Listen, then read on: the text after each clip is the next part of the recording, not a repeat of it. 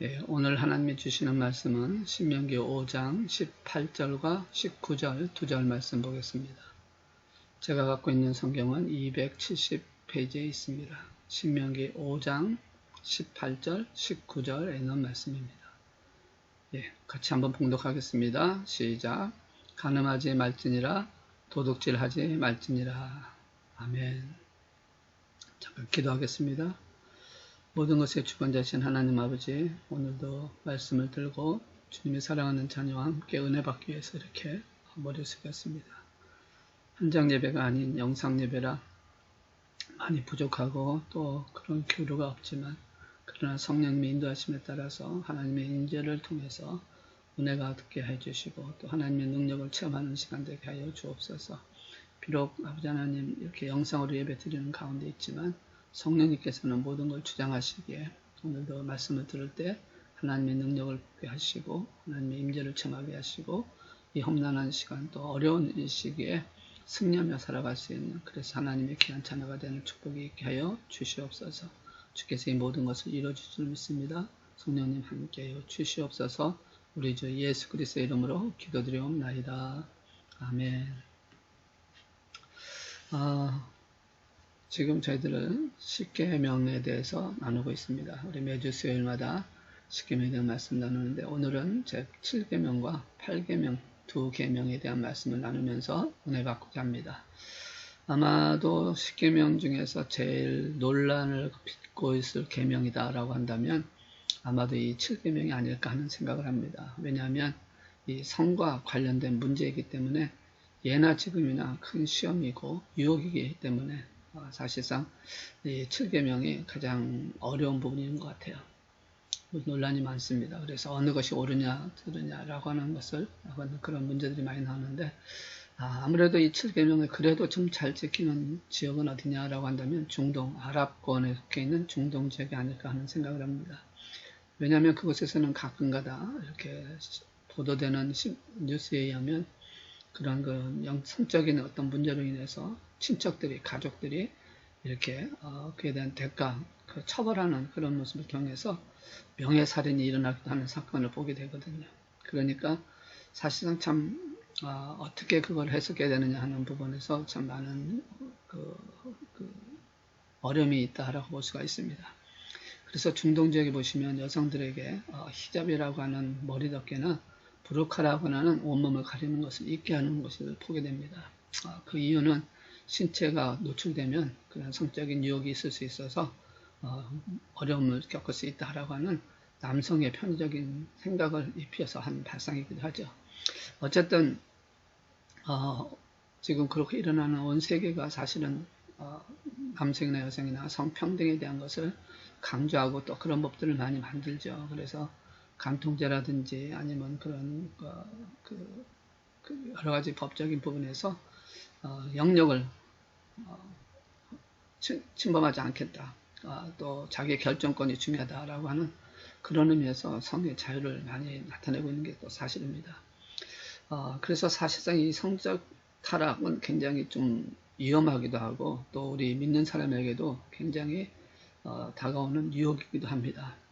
그래서 사회의 건강이 어떠냐라는 그 사회의 건강성을 측파할 때에 성적인 타락이 얼만큼 되느냐라는 것으로 판가름하는 게 참 많죠. 그래서 7계명이 어떻게 보면 성적 타락을 방지하기 위한 그 원칙적인 계명이다라고 그렇게 얘기하는 분도 있는데, 물론 그렇게 해석할 수도 있겠지만 사실 이 말씀의 배경을 보고 또 7계명을 주셨던, 특별히 10계명을 주셨던 그 상황을 본다면 결국은 물론 개인적인 부분도 포함이 되어 있지만 궁극적으로는 이웃에 대한, 그래서 가장 중요한 결혼이라든지 가정에 대한 부분을 강조하고 그것이 파괴되지 않기를 바라는 그런 마음을 하나님께서 주셨던 계명이다라고 그렇게 보는 것이 더 타당하다라고 볼 수 있습니다. 그래서 이 7계명은 가정 보호를 하기 위해서, 결혼 제도를 보호하기 위해서 주신 계명이다라고 볼 수가 있습니다. 도둑질하지 말라, 내 이웃에게 거짓 증거하지 말라, 내 이웃의 집을 탐내지 말라 등 모두가 이웃들과의 관계에서 빚어지는 죄를 언급하고 있습니다. 그런데 이 이웃과의 관계에서 가장 중요한 것은 이 부부라고 하는 또 결혼이라고 하는 이것을 지켜야 되는 상황이 굉장히 중요합니다.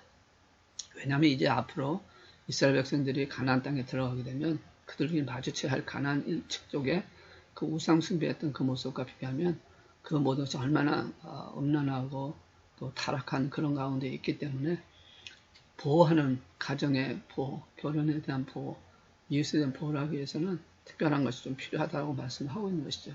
그래서 이 잘못된 성적인 관계를 기록을 하고 이것을 명령해서 지키려고 하는 말씀을 하고 있는 것입니다. 이 간음하지 말라라고 하는 이 말씀의 구체적인 내용을 신명기 22장에 가서 보시면 자세하게 기록되어 있는데 크게 두 가지를 볼 수 있습니다. 하나는 불륜에 대한 것, 그리고 하나는 강간에 대한 것. 그래서 사실상 이 7계명의 가장 중요한 것은 바로 이 사건을 통해서 22장과 연관되어서 본다면 가정이 얼마나 중요한지, 그리고 결혼이라고 하는 제도가 얼마나 중요한지를 얘기하고 있습니다. 그래서 그 불륜에 대한 것이 남의 아내나 이웃집 아내와 간음하는 것, 그리고 가정에 없는 상대의 간음을 하는 것을 엄격히 구분하고 있는 것을 보게 됩니다. 그리고 그래서 가정이 있는 가정에서 일어난 사건은 돌로 쳐 죽이라고 이제 분명히 말하고 있고, 가정에 없는 그래서 아직 결혼하지 않은 상대 관계 속에서는 꼭 결혼을 해야 된다고 하는 그런 가정을 하나님께서 정해놓고 그렇게 하고 있다는 것을 본다면 결국 결혼이라든지 가정의 소중함에 대한 것을 말씀을 하고 있습니다. 그래서 10계명의 정신은 어떤 면에서는 이웃을 보호하고자 하는 것이 가장 중요하다는 것이죠.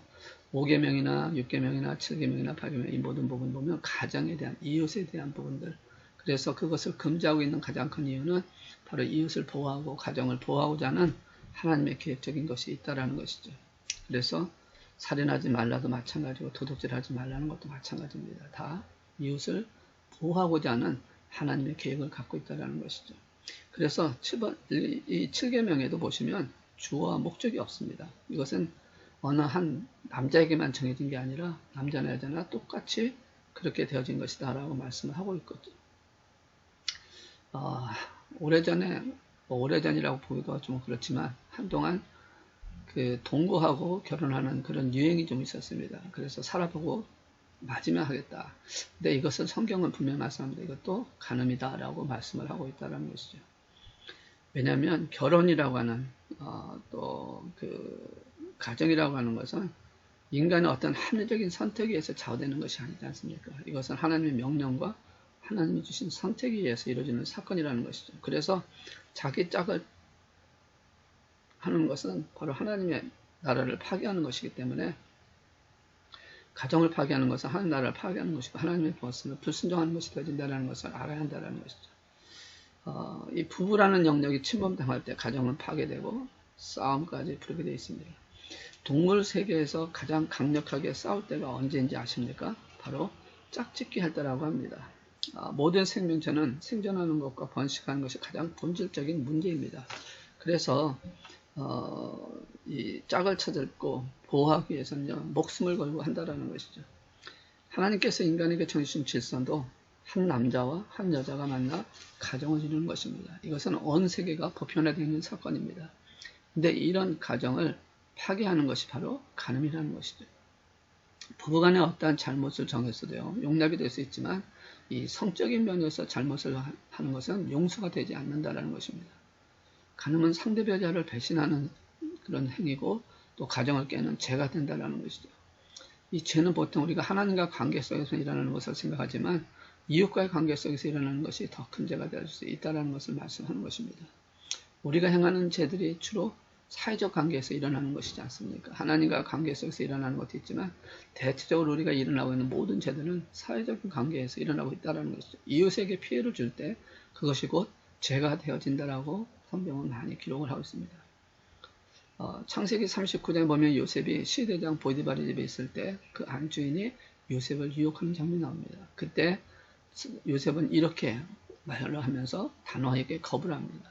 창세기 39장 9절을 보시면 이 집에는 나보다 큰 이가 없으며 주인이 아무것도 내게 금하지 아니하였어도 금한 것은 당신뿐이니 당신은 그의 아내임이라. 그런즉 내가 어찌 이 큰 악을 행하여 하나님께 죄를 지으리까.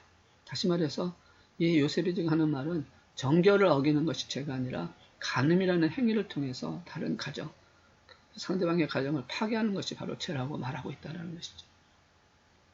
그래서 이 십계명의 궁극적인 그 모종은 바로 이웃에게, 다른 가정에게, 상대방에게 피해를 주지 아니하게 하시면 하나님의 그 뜻을 품고 그러면서 그렇게 하는 자가 죄가 있다라고 말씀하는 것이죠. 그렇기 때문에 이 가늠하지 말라고 하는 그 근본적인 시작은 어디 시작하느냐? 행위를 말하는 게 아니라 마음에서부터 시작하는 것이 되어진다는 것을 성경 말씀합니다. 예수님께서 마태복음 5장 27절, 28절에서 말씀하지 않습니까? 또 가늠하지 말라 하였다는 것은 너희가 들었으나 나는 너희에게 이르노니 음욕을 품고 여자를 보는 자마다 마음에 이미 가늠하였느니라. 율법의 완성자로 오신 예수님께서 7계명의 문제가 가늠을 범하는 행위가 문제가 아니라 마음의 문제라고 말을 하고 있다는 것이죠. 이 말씀 흥미롭지 않습니까? 음욕을 품는다라고 하는 것은 암탉이 마치 알을 품고 있다는 뜻, 그런 뜻이라는 것이죠. 이것은 다시 말해서 암탉이 알을 품고 있으면 어떻게 됩니까? 병아리가 나오지 않겠습니까? 실제로 우리가 가늠을 하지 않았어도 마음속에 음욕을 품고 있으면 그 음욕이 시간이 지나면 몸으로 죄를 짓게 되지 않겠냐라는 것이에요. 여러분 오해하지 말아야 할 것이 있는데 이 세상에 어떤 사람도 끌리는 이성을 보고 성적인 생각을 하지 않을 사람이 거의 없다라는 것입니다. 그래서 그 생각을 마음에 품고 깊이 묵상하지 말라라는 것이지 그 생각조차까지도 끊을 수 있는 것은 아니라는 것을 말씀합니다. 그래서 사랑이 죄는 아니지만 그 사랑이 대상에 잘못됐다면 그것은 죄가 될 수 있다는 것입니다.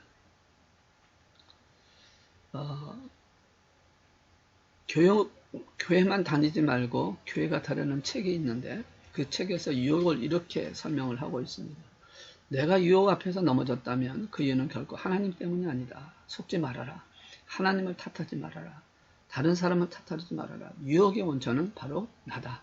내 탓이다. 내 안에 악한 욕심과 욕망, 정욕이 유혹과 만나면 하나님의 경계 밖으로 뛰쳐나가고 싶은 충동을 일으키는데 그것이 바로 유혹이다 라고 말씀을 하고 있다는 것이죠.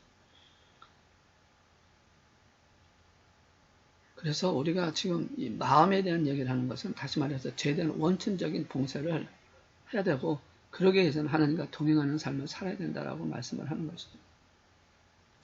제가 여러분에게 신앙의 가장 근본적인 질문이 있습니다. 이 질문은 이런 그 성적인 문제에 대한 것을 해결하는 방법이 가지고 또한 우리 신앙에 승리하는 방법이기도 하기 때문에 그렇습니다. 질문이 이겁니다. 여러분들 안에 예수님이 계십니까? 예수님을 믿는다는 것과는 근본적으로 다른 차원의 문제라는 거죠. 예수님이 여러분 안에 계십니까? 라는 것은 믿는 것과 차원이 다르다는 것입니다. 우리들이 예수를 믿고 입으로 시인하며 구원에 이를 수 있습니다. 믿음으로 구원에 이르고 천국에 갈 수 있습니다. 그래서 우리가 천국에 가면 아마도 이렇게 인사할 것입니다.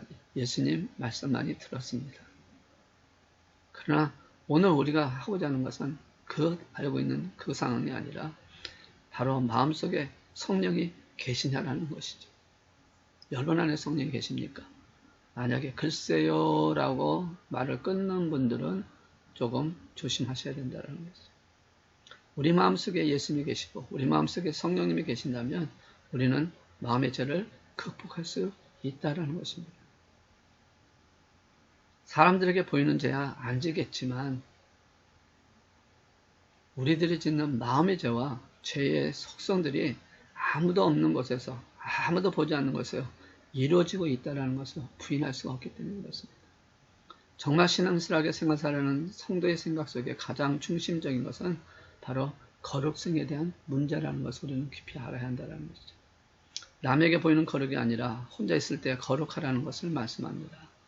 마음으로 음욕을 품는 것도 가늠이라는 것의 말씀이 오늘 우리들에게 주시는 도전이라고 보지 않습니까?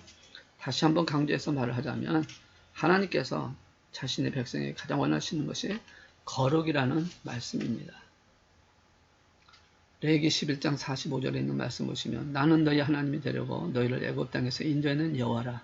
내가 거룩하니 너희도 거룩할지니라. 여러분 거룩이 중요한 이유는 바로 세상과 구별되는 것이기 때문에 그렇습니다. 하나님이 원하시는 것은 구별될 삶을 사는 것입니다.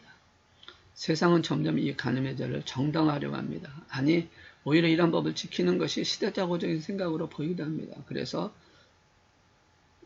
어떤 환경에서도 그들은 자신들이 원하는 것을 요구합니다. 그러나 하나님이 원하시는 것은 무엇입니까? 구별된 삶을 살기를 원하신다는 것이죠. 어떻게 우리가 구별될 수 있느냐? 어떻게 구별된 삶을 살 수 있느냐? 방법이 우리는 찾아야 한다는 것이죠. 가능과 음력의 문제는 이기는 것이 아니라 자신을 지키는 것이 되어야 한다는 것이죠.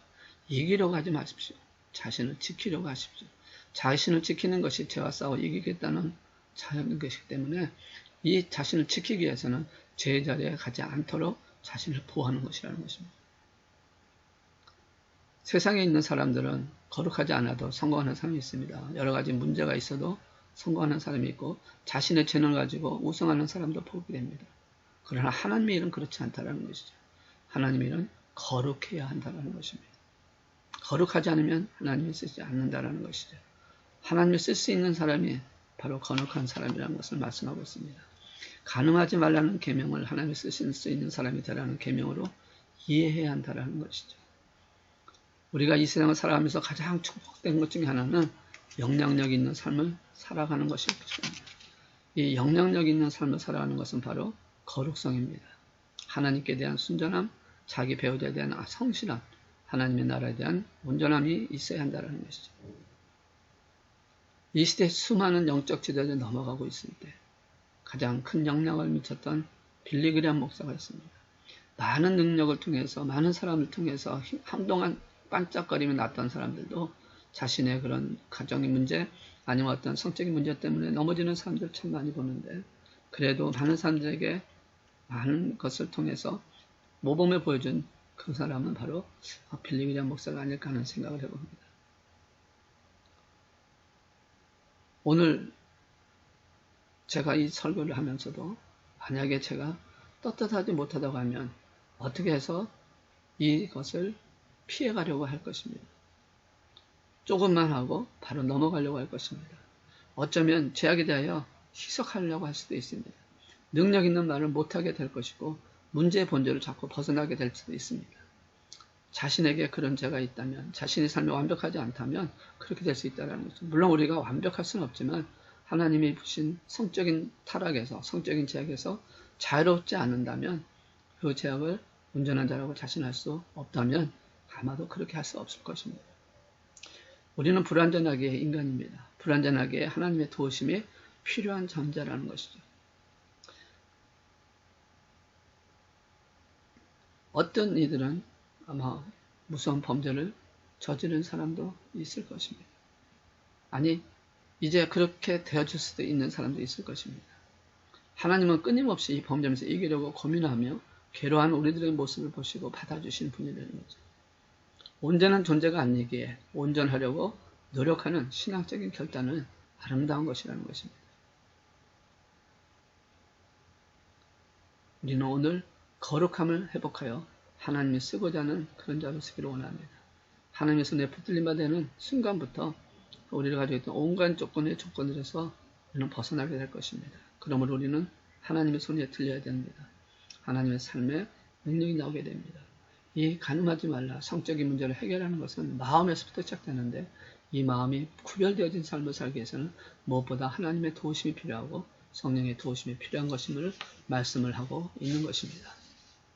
자, 이제 우리 19절 이제 제 8계명을 보겠습니다. 도둑질하지 말지니라. 여러분, 이 세상에 직업의 종류가 얼마나 될까요? 기본적인 종류만 한 1400종에 이른다고 합니다. 여기에 포함되는 또 개별 직업이 숫자를 다 따지면 1만 개가 넘는다고 합니다. 근데 이 많은 직업들 중에서 물론 뭐 여러 가지로 얘기하셨지만 끊임없이 연구하고 개발하고 그렇게 하는 직업이 있는데 그 직업은 뭐냐? 물론 IT 산업 등에도 하겠지만 이 도둑도 자신의 그 도둑질하기 위해서 그렇게 개발하고 연구하고 한다고 합니다. 도둑질도 기술이 있어야 한다는 것이죠. 요즘 도둑들을 보면 그야말로 뛰는 놈이 나는 놈이다 라고 그렇게 볼 수가 있는데 경찰이 방범 시스템을 해도요 어떻게나 그걸 잘 펴져나가는지 잘 이겨나가고 있는 모습, 이겨나간다보다는 잘 피해나가는 모습을 보게 됩니다. 전에 다니던 교회에서 2번이나 도적을 당한 적이 있습니다. 하나는 창문을 깨고 들어왔고 한 번은 잘못세를 다 들고 그러고 훔쳐갔습니다. 그러니까 이제는 뭐 틈드는 자물쇠를 닫아놨다, 뭐 어떤 시스템을 잘해놨다 그래도요, 도둑에게 잡혀 한번 도둑을 가져가려고 그러면요 가져간다라는 것이죠. 참 놀랍다라는 생각이 듭니다. 참 대담하다는 생각도 해보기는 합니다. 사람들이 보는 앞에서도 훔쳐가고 있는 그런 시대니까요. 그런데 여러분, 아무리 이들이 피땀 흘린 노력과 이들이 끊임없이 개발하는 신기술로 도둑을 했다 할지라도 도둑은 도둑입니다. 남의 재물을 훔치는 자들 아닙니까? 이 땀의 노력과 이 노력들은 더러운 것입니다. 그래서 우리는 이것을 벗어버려야 한다는 것이죠. 정말 땀 흘리고 노력해서 재물을 정당하게 얻어야 그것이 값지고 생생한 것이지, 남의 물건 빼앗기려고 하는 그 모든 노력이나 그 땀은 더러운 것이라는 것입니다. 그래서 이 더러운 도적질은 용서받을 수 없는 더러운 죄라는 것을 알아야 한다는 것입니다. 그런데 이 8계명의 이 도둑질하지 말라는 그 명령을 하찮게 여긴 이유가 두 가지가 있어요. 현대인들이. 하나는 이 계명이 나와 별로 상관이 없다고 생각한다는 것입니다. 그리고 또 하나는 세상이 온통 도둑으로 가득 차 있기 때문이다 라고 볼 수가 있습니다. 어떤 분이 그러더라고요. 누가 뒤에서 누가 야, 이 도둑아 그렇게 부르면 99%가 돌아본다고 한다. 물론 소리가 나니까 돌아보는 것도 있겠지만, 그거 하는 말은 대부분이 다 도둑질한 도둑이기 때문에 그렇다고 얘기를 하는데, 진짜 큰 도둑은 안 돌아본다고 얘기합니다. 어쨌든 간에 우리들 스스로가 교묘하게 도둑질 하시다는 것에 너무나 무감각하다는 것과 사람과 비교하면 자신들이 도둑질이 아무것도 아니라고 생각하는 것을 말씀하라는 것이죠. 지금 이 8계명을 주실 때 그 의미를 우리가 생각을 해야 되는 것입니다. 이 도둑질하지 말라는 계명에 목적어가 없습니다.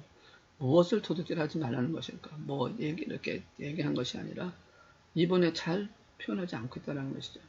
그럼 무엇을 도둑질하지 말라는 것일까? 이 말씀의 도둑질은 히브리 동사로 가나브라는 뜻을 하는데, 이 가나브라는 뜻이 뭐냐면 다른 사람에게 속한 것을 그의 동의나 인지 없이 가져가는 것이다 라고 표현한다는 것이죠. 다시 말하면 다른 사람, 이웃이 갖고 있는 어느 것이든 간에 동의 없이 가져가는 것, 알지 못하게 가져가는 것은 다 도둑질이다 라고 말씀을 하는 것이죠. 도둑질에 대해서 어떤 사회나 어떤 시대거나 용납하지 않습니다. 가장 오래된 법전 중에 하나인 하무라비 법전, 주전 18세기에 제정된 것인데요. 여기도 보시면 도둑질한 자를 상해차자로 규정하고 있다는 것이죠. 이슬람교를 신봉하는 아랍권에서는요, 다른 사람의 물건 훔친 사람에 대해서는 그 손을 잘라버리는, 손에는 손, 의에는 얘는 이라고 하는 그것을 통해서 그것에 대한 형벌이 되게 강하게 나온다는 것이죠. 구약성경 레위기 19장 11절에도 보시면 너희는 도둑질하지 말며 속이지 말며 서로 거짓말하지 말라라고 말씀하고 있는 거 보면 잘 지키지 않았던 것이 사실인 것 같습니다. 여러분 중에 혹시 작은 도둑질의 경험을 가지고 있지 않습니까? 저도 말씀을 준비하면서 잊었던 기억이 있습니다. 그 당시에는 설을 하면 도둑이 아니라고 생각을 했었죠. 그래서 딸기밭을 이렇게 밤에 또 가서 이렇게 몰래 훔쳐 먹기도 하고 따오기도 하고 했었던 기억이 나고, 또 학교 가는 길에 오이밭이 있었는데 가면서 오이를 따서 먹고 그렇게 갔던 적이 있습니다. 물론 그 당시에 이것을 좀 예쁘게 봐주니까 그렇지만 사실 이것도 도둑질한 것과 같은 것이죠. 밤에 딸기를 봤을 때 마음이 조마조마했던 건 있는데, 이게 바로 뭐냐, 양심에 작용했기 때문에 그런 거 아니겠습니까? 근데 이 조마조마한 마음이 살아기 시작하면 소위 양심의 화인을 맞은 것과 똑같은 것이죠. 그래서 이것은 나중에 큰 죄로 이어질 수 있다는 것을 말씀합니다. 그래서 분명하게 성경은 말씀합니다. 도둑질 하는 것은 대가, 죄에 대한 직으로 용서도 돼야 한다는 것입니다. 그런데 이 도둑질을 자신이 하고 있는 것은 인식하지 못하고 다른 사람이 하는 것만 인식하는 게 문제가 되어질 수 있다는 것이죠. 그래서 다른 사람의 잘못을 비난하고 나로 인하여 다른 사람 눈에서 눈물 나는 것은 인정하지 못하게 무감하게 살아가는 것이 가장 큰 문제라고 볼 수가 있다는 것입니다. 그 대표적인 예가 사무엘하 12장에 나오는 나단 선지자가 다윗에게 찾아와서 죄를 지적하는 장면이 나오는데, 나단이 이런 비유로 다윗에게 말을 합니다. 한 마을에 많은 양과 소를 가진 사람이 살았는데 어느 날 그 부자에게 손님이 찾아왔다는 것입니다. 그래서 그 부자는 그 손님을 대접하기 위해서 자기의 양이나 소를 잡지 않고 가난한 사람이 갖고 있는 하나밖에 없는 암양을 뺏어서 그것으로 자기 손님을 대접했다라고 말합니다. 그러자 이 말을 들은 다윗은 대노합니다. 그래가지고 당장 명령합니다. 그 사람을 잡아서 얌새끼를 4배나 갚아주라 라고 말합니다. 그랬더니 나단이 뭐라고 합니까? 그렇게 말도 안 되는 죄를 지은 사람이 바로 당신입니다. 그때 다윗은 자신이 밧세바를 취한 것이 그렇게 큰 죄라고 생각하지 않았을까요? 왜냐하면 주의가 그랬고 왕으로서 충분히 그럴 수 있을 거라는 생각을 가졌다는 것이죠. 그래서 자신이 가지고 있는 왕의 권리를 갖고 했다라는 것을 누리고 있는 것이지 이것이 큰 죄라고 생각하지 않았다라는 것입니다. 문제가 바로 여기 있다라는 것이죠. 못된 부자는 눈에 들어왔지만 자신의 정에 대해서는 몰랐다라는 것입니다. 자신이 저르고 있는 도둑질에는 눈이 들어오지 않았다라는 것이죠. 이것이 바로 오늘날 우리가 돌아봐야 할 부분이기도 하다는 것입니다. 성경에는 여러 번 도둑에 대한 이야기를 합니다. 그리고 도둑질에 대한 대상이 여러 가지 나오는데 뭘 도둑질이라고 했을까 하면 첫째는 남의 재산을 훔치는 경우가 도둑질이라고 말하고 있습니다. 이거는 성경에 워낙 많이 나오기 때문에 많이 언급하지 않겠습니다만 성경은 내가 직접 남의 재산을 훔치는 것도 도둑질이지만 마땅히 남에게 돌아가야 할 것을 착복하는 것도 도둑질이라고 말씀하고 있고 내 부지나 태만으로 인해 다른 사람에게 재산상 손해를 입히는 것도 마찬가지로 도둑질이라고 얘기를 하고 있다는 것입니다. 로라 슬레징웨어와 스튜어트 보제릿은 10계명에서 배우는 인생 보면 오늘날 우리들이 이런 병면들을 통해서 도둑질을 정당화하고 있다고 말하고 있습니다. 자, 어떤 것을 통해서 정당화를 하고 있냐면 발견한 사람이 주인이라는 것이죠. 그런데 성경은 능동적인 도둑질뿐 아니라 잃어버린 물건을 되돌려주지 않는 것도 도둑이라고 말합니다. 그리고 훔친 것이 아니라 그 사람들이 바보같이 실수를 한 것이다.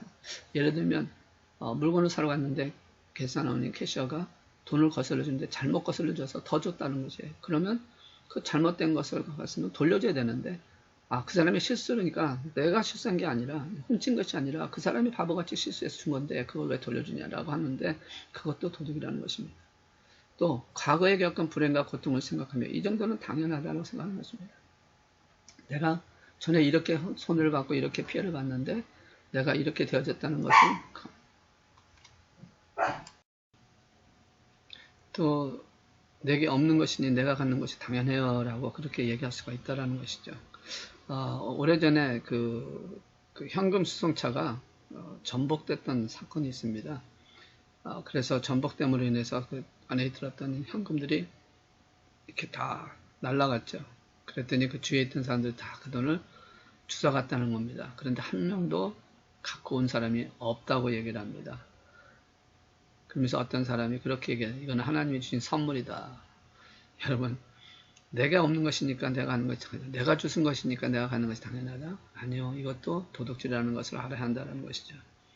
또 다른 사람에게 피해 주는 것이 아니잖아요. 그러면서 또 도둑질하는 경우도 있다는 것입니다.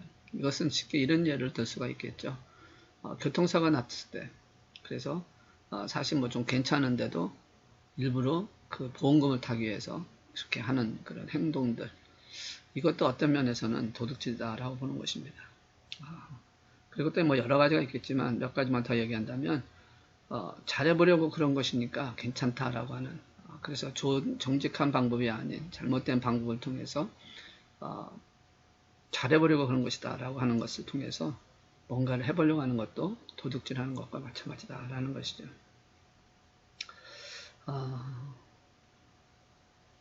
11조와 헌물을 드리지 않는 것도 도둑질하는 것이다 라고 볼 수가 있습니다.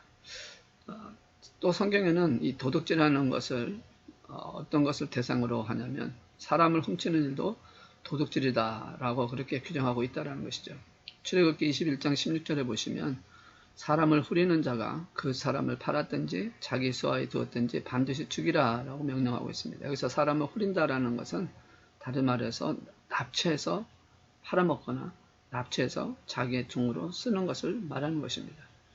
다시 말하면 이 납치는 한 사람의 존엄성을 파괴하는 도적질이다 라고 보는 것이죠. 그러니까 단순히 재물을 훔치는 것보다 더 큰 죄에 해당되는 것입니다. 비단 사람을 납치해서 팔아먹는 일뿐 아니라 한 사람의 인격이나 존엄성을 침해하는 일도 똑같은 죄라는 점이 꼭 중요하고 알아야 한다는 것입니다. 나의 잘못이나 태도나 언행으로 인하여 다른 사람의 인격과 존엄성이 만약에 상처를 입는다고 한다면 이것도 도둑질하는 것이고 이것도 죄가 되어질 수 있다는 것이죠. 이제 다음 주에 나누겠지만 9계명에 내 이웃에 대하여 거짓 증거하지 말지니라 해서 다시 한번 더 다루도록 하겠습니다. 또 도둑질하는 대상에서 세 번째는 남의 마음을 훔치는 것도 도둑질이라고 봅니다. 사무엘하 15장에 보면 다윗아들 압살롬이 나오는데 그 압살롬이 아버지의 왕자를 빼앗기 위해서 대단한 고도의 전략을 사용합니다. 즉 뭘 하냐면 사람들의 마음을 빼앗는 것이죠.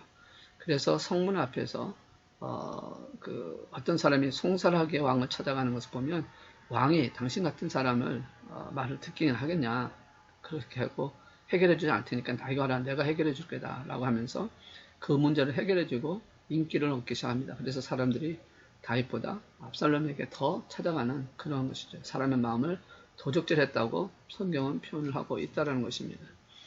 압살롬은 명예와 권력을 위해서 아버지를 배신하고 사람들의 마음을 훔친 것입니다. 압살롬이 이렇게 좋은 투니와 뛰어난 재주를 자기를 위해서 사용했던 것, 이것도 도둑질이라고 말하고 있다는 것이죠. 여러분, 이렇게 다른 사람의 마음을 빼앗고 훔치는 것은 사단의 대표적인 전략 중에 하나입니다. 사단은 오늘 압살롬처럼 우리에게 슬며시 다가옵니다. 그래서 아주 달콤한 말로 우리를 유혹합니다. 내가 편하게 해줄게. 내가 빠르게 해결해 줄게. 내가 함께 있으면 너는 크게 성공할 수 있을 거야 라고 하면서 결국은 우리들의 마음을 훔쳐서 자신의 재정을 만들게 한다는 것이죠. 그래서 잠언에는 말씀하고 있지 않습니까? 무릇 지킬 만한 것보다 더욱 내 마음을 지키라. 생명의 근원이 이에서 남이니라 라고 말씀을 하고 있다는 것이죠. 성경에서 말씀하고 있는 가장 나쁜 도둑질은 뭘까요? 물론 도둑질이 다 나쁜 것이겠지만 물건을 많이 훔치냐 적게 훔치냐 문제가 아니라 어떤 도둑질도 똑같은 죄이면 분명합니다. 그런데 성경은 그 모든 그런 도둑질 중에서 가장 나쁜 도둑질이 있다고 말하고 있는데 그것은 바로 하나님의 소유를 도둑질하는 것이다 라고 말합니다. 사도행전에 보시면 아나니아와 삽비라가 나옵니다. 이 아나니아와 삽비라 부부 사건 여러분 너무나 잘 알고 있습니다. 초대교회 성령의 강림의 사건을 통해서 정말 교회 분위기가 얼마나 좋았습니까? 하나님의 기도의 말씀을 통해서 교제에 힘써서 자기 재산을 사도에다 주고 그래서 많은 영혼들이 자꾸 들어오는 그런 정말 축복된 그런 교회가 되어졌습니다. 이런 분위기가 되면 얼마나 좋습니까? 교회 가면 나죠? 가면 기쁘고 행복하고 마음껏 하나님과 찬양을 통해서 예배를 통해서 그래서 힘을 합쳐서 못할 일 없을 정도로 그렇게 합니다. 그런데 이들 분위기 속에 그렇게 좋고 충만할 때 마귀가 가만히 있겠습니까? 마귀가 다가와서 사람의 마음에 시험 들게 하죠. 그 사건이 바로 아나니아와 삽비라 부부의 사건입니다. 사실 아나니아와 삽비라 부부는 하나님 앞에 재물을 드리겠다고 하네요. 얼마나 마음에 감동이 왔으면 그렇게 했겠습니까? 얼마나 좋은 사건입니다. 좋은 결단이었습니다. 그런데 막상 돈을 자기의 그것을 하나님 앞에 드리려고 할 때에 그것이 아깝다라는 생각이 들어서 하나님을 속이고 성령을 속이는 죄를 범했다라는 것이죠. 애당초 드리려고 하지 않았더라고 한다면 큰 문제가 안 됩니다. 드리려고 한 거 아니니까 그거를 마음을 먹었다가 또 하나님께 드렸다고 하지 않았고 그냥 드리려고 했던 생각을 가졌을 때 바꿀 수도 있을 것입니다. 그러나 하나님께 드리겠다고 마음속에 이미 결정을 한 것이었다면 그 순간 하나님 것이라는 것이죠.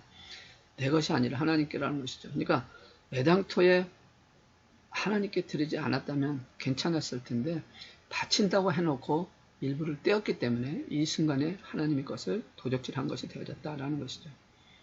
그 재물이 내 손에 있으면 내 것이니 마음대로 할 수 있겠지만 일단 하나님께로 바치게 한 그 순간이기 때문에 이제는 내 것이 아니고 하나님의 것입니다. 그래서 온전히 드려야 하는 것이라는 것이죠. 그러니까 하나님의 것을 착복한 죄가 더 큰 죄가 되었다는 것입니다. 물론 탐욕 자체도 문제지만 타치한 것이 더 큰 죄고 또 이 탈취한 그것으로 인해서 두 사람의 행동으로 인해서 그 사건으로 인해서 교회에 또 은혜의 불을 꺼지게 한 처한 것도 또한 죄가 될 수 있다는 것이죠.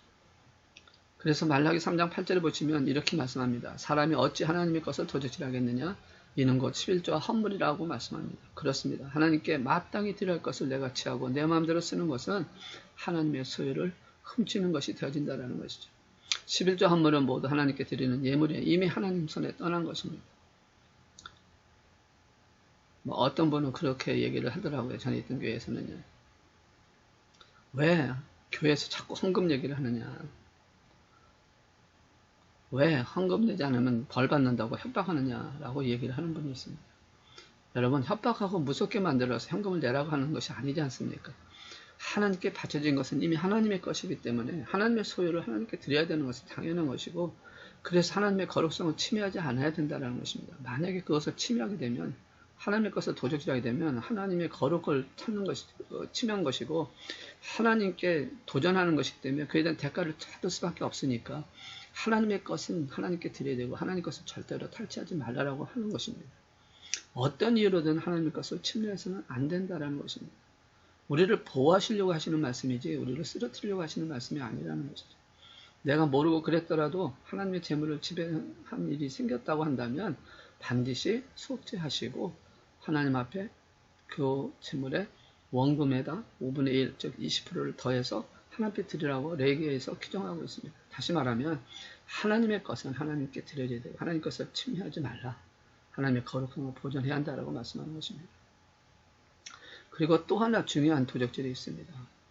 중요하다보다는 넘어가서는 안 될 중요한 도적질인데 그것은 바로 예레미야 23장 3절에 보면 이렇게 말씀합니다. 내 말을 도적질하는 선지자들은 내가 치리라 말씀합니다. 하나님의 말씀을 도적질하지 말라라는 것이죠. 말씀이 있는 그대로 전하지 않고 듣는 사람 취향에 맞게 달콤하게 바꾸거나 왜곡하는 자들을 말씀하고 있다는 것이죠. 하나님은 백성들에게 심판을 선언했는데 말씀받은 선지자들이 괜찮다, 아니다, 그러지 않을 것이다, 재앙이 임하지 않을 것이다 라고 하는 백성들이 듣기 싫어하지 하는 말을 하지 않고 좋은 말만 하는 것이 바로 그렇다라고 말씀을 하고 있다는 것이죠. 이들은 무언가 대가를 바라면서 했겠죠. 하나님 말씀을 바꾸거나 떼었거나 또 다용을 보채거나 하는 것이 거짓 선지라고 부르고 있습니다. 저는 이 말씀을 볼 때마다 내 자신을 돌아봅니다. 나는 혹시 하나님 말씀을 전하는 설교자로서 성도들이 듣기 싫거나 불편한다고 말씀을 왜곡하거나 함부로 빼고 더는 일을 하지 않고 있는가? 내가 손해보거나 비난받는 것이 싫어서 아니면 혹은 어떤 대가를 바라고 하나님 말씀을 도적질하고 있지는 않은가? 그런 두려움을 가지고 있습니다. 우리 성도들도 그런 두려움을 가져야 한다는 거죠. 말씀대로 순종해야 합니다. 하나님 말씀대로 살면 손해볼 것 같고 불편할 것 같아도 말씀대로 살지 않는다면 그것은 하나님 말씀을 도둑질하는 행위라는 것이죠. 교회는 교회고 세상은 세상이지 어떻게 세상을 성경대로 살 수 있느냐라고 하는 그런 질문을 하시는 분들이 있는데 아닙니다. 하나님의 말씀은 우리가 하나님 말씀대로 지켜야 되고 세상에서 하나님 말씀대로 이루어지는 사건을 살아야 한다는 것이죠. 어떠한 일이 있어도 하나님 말씀에 전적으로 절대적으로 순종하는 사람이 되어야 한다는 것입니다. 그러면 하나님이 분명히 책임져 주실 줄 믿습니다. 4계명인 주일 성수도 안식일을 지키는 것도 마찬가지입니다. 하나님의 시간을 빼앗는 것도 도적질하는 것이 될 수 있다는 것이죠. 하나님의 것을 뺏지 않으면 저야 하는 되신 걸 합니다. 그러면 이 계명을 지키기 위해서 어떻게 해야 됩니까? 크게 두 가지를 해야 됩니다. 하나는 탐심을 버려야 되는 것입니다. 탐심을 버릴 때 도둑질하지 않게 되는 것이고 도둑질하지 않게 되는 것은 소명을 받고 그 탐심을 버렸을 때 일어나는 것입니다. 그리고 열심히 일함으로 정당한 노동의 대가를 추구하는 것입니다. 내가 노력한 만큼만 받는 것이 내가 힘들한 것만 받는 것입니다. 에베소서 4장 28절을 보시면 이런 말씀합니다. 도둑질하는 자는 다시 도둑질하지 말고 돌이켜 가난한 자에게 구제할 수 있도록 자기 손으로 수고하여 선한 일을 하라라고 합니다. 돌이켜입니다. 가치관을 바꿔야 한다는 것입니다.